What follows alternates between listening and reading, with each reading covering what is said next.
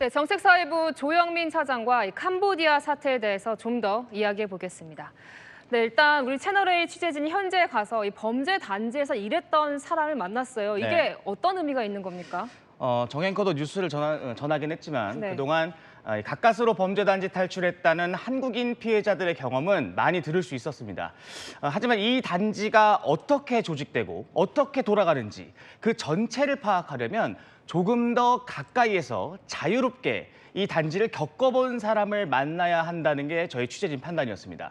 진료소, 상점, 이발소, 안마소, 심지어 성매매업소 등 이 단지 내에서 가게를 운영하는 사람들이 있습니다. 그 사람들이 제격일 거라고 판단했고요. 예상대로 저희 최다음 기자가 만나봤지만 진술이 구체적이고 막힘이 없었습니다. 특히 좀 눈에 띄었던 게 이 범죄 단지의 구조였거든요. 맞습니다. 4단계 계급 구조 이렇게 표현할 수 있을 것 같습니다. 가장 위에 이 범죄 단지의 주인격인 사장이 존재하고요. 그 밑으로 감독, 조장, 조원 순으로 나뉘어져 있습니다. 각각 얼마를 버는지 그 월 수입까지도 구체적으로 진술했습니다.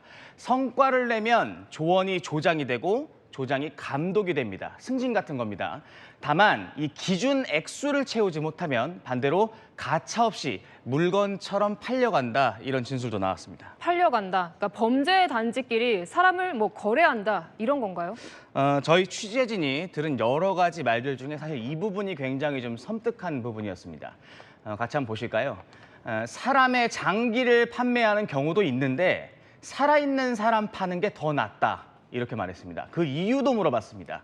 그랬더니 사람만 있으면 평생 일을 시킬 수 있으니 거기서 나오는 수익이 더 크다.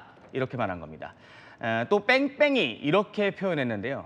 수백 개의 이 범죄 단지가 조합원들을 사고 팔며 계속 돌린다고 했습니다. 절대 나올 수 없다. 장담하듯이 얘기했습니다. 참 충격적인데 이 범죄 수법에 대해서도 물어봤습니까?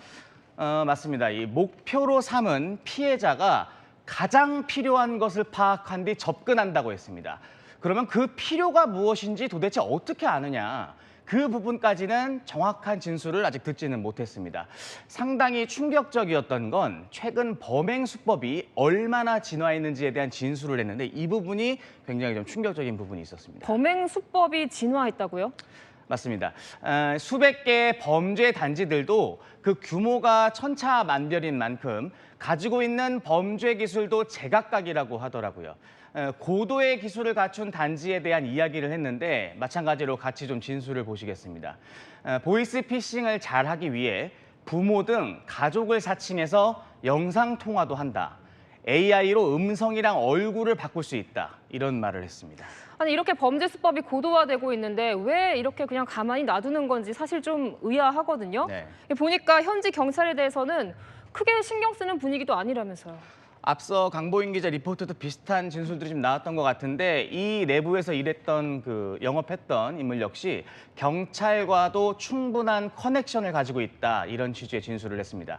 앞서 최다함 기자 기사에는 담기지 않았지만 이런 주장도 함께 했었거든요.